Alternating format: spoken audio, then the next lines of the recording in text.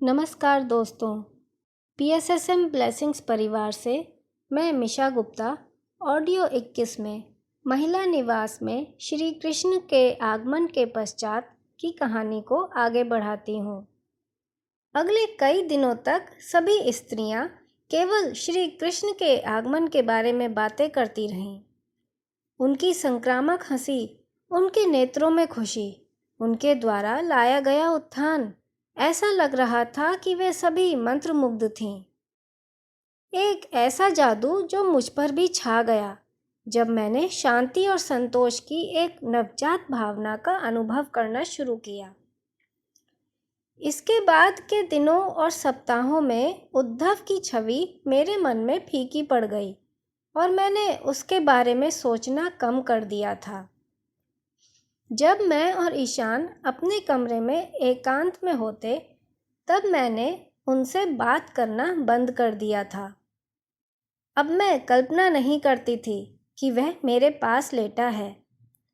जब मैं रात को सोती थी, मुझे उसे जाने देना ठीक लग रहा था, परंतु अब एक खालीपन था और मुझे ऐसा लगने लगा था जैसे कि मैं किसी की प्रतीक्षा कर रही हूँ जो इस खालीपन को भरेगा।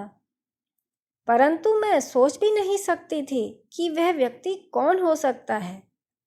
मेरी दोबारा विवाह करने की कोई इच्छा नहीं थी और मैं जानती थी कि यह संभव नहीं था। मैंने अपने विवाह के दौरान एक पवित्र प्रतिज्ञा ली थी कि इस जीवन में मेरा कोई दूसरा विवाह नहीं होगा। बाहर की दुनिया के लिए मैं एक मृत व्यक्ति थी, किंतु मैंने भविष्य के बारे में सोचना छोड़ दिया था।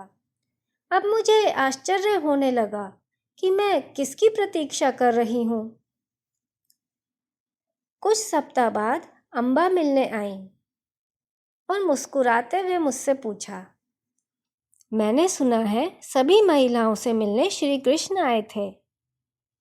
मैं मुस्कुराई और बोली, क्या आप इस पर विश्वास कर सकती हैं कि मैं वाटिका में सो गई और पूरे कार्यक्रम से चूक गई, परंतु उनकी उपस्थिति का आनंद यहाँ महिलाओं के साथ मेरे साथ भी इतने ही सप्ताहों के बाद भी बना रहा है।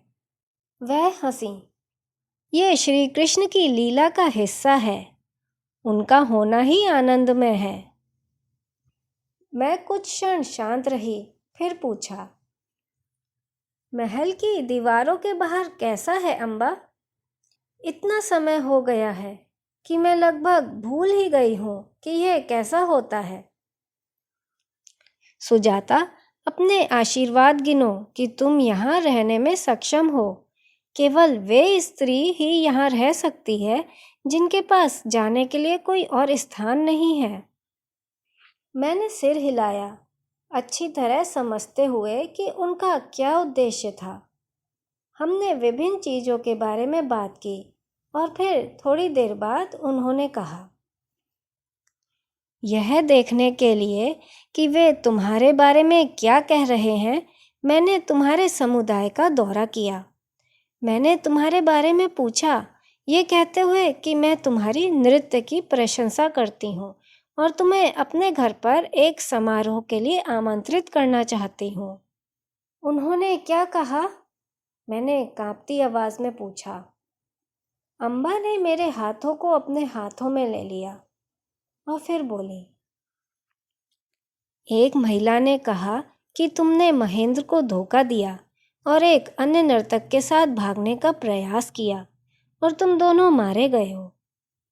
परंतु दूसरी महिला ने कहा कि केवल इस आदमी का शव मिला और तुम गायब हो। उसने यह भी खुलासा किया कि महेंद्र ने तुम्हारे देह को खोजने और उसे द्वारका की गलियों में घसीटने का संकल्प लिया है। वह विश्वास नहीं करता कि तुम मृत हो और उसने कहा है कि वह तुम्हारी खोज करना कभी नहीं छोड़ेगा। वे ईशान के बारे में नहीं जानते। कोई नहीं जानता कि तुम्हारा और उद्धव का एक पुत्र है। सुजाता, तुम यहाँ से नहीं जा सकती। तुम्हारे लिए वह सुरक्षित नहीं है। मुझे विश्वास है कि माता को इस बात की जानकारी है। मैं अम्बा की बात समझती थी। मैं बाहरी दुनिया के बारे में लगभग भूल ही चुकी थी और यह सुनकर मैं उसे याद नहीं करना चाहती थी। चलो, अप्रिय चीज़ों के बारे में बात नहीं करते अम्बा। आप यहाँ कुछ समय से नहीं हो।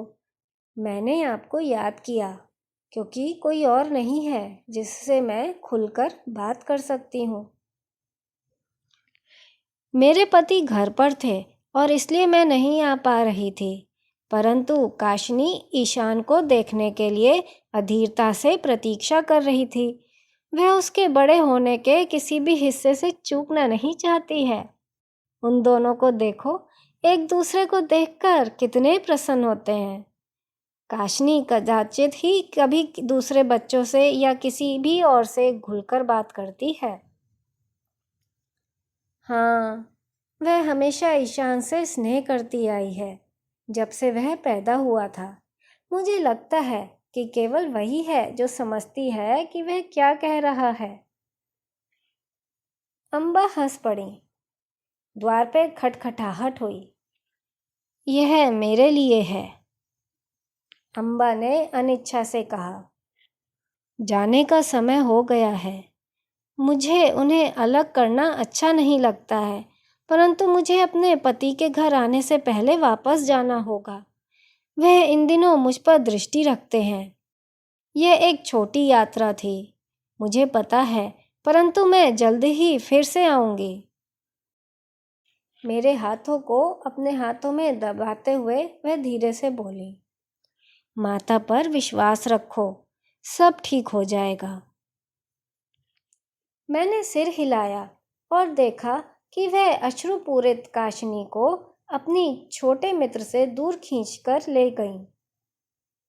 अम्बा ने मुझे जो महेंद्र के बारे में बताया था उस पर ध्यान न देने का मैंने प्रयास किया, परंतु उसका नाम सुनकर ही मेरे मन में भय पैदा हो गया था।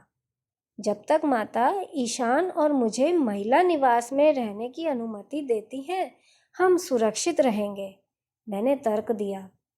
जैसे जैसे मैं अपने कई कर्तव्यों को पूरा करती गई, मैंने उन चिंताओं को दूर किया जो मेरे मन में छिपी थीं। उसके बजाय मैंने माता में अपना विश्वास को मजबूत करने का प्रयास किया कि वह मुझे उन भेड़ियों के पास नहीं लौटने देंगी जो मुझे फंसाने के लिए प्रतीक्षा कर रहे थे। एक भी दिन ऐसा नहीं गया जब महिलाओं ने माता की उदारता, उनकी देखभाल और उनके निस्वार्थ प्रेम को इतने तरीकों से व्यक्त किया था।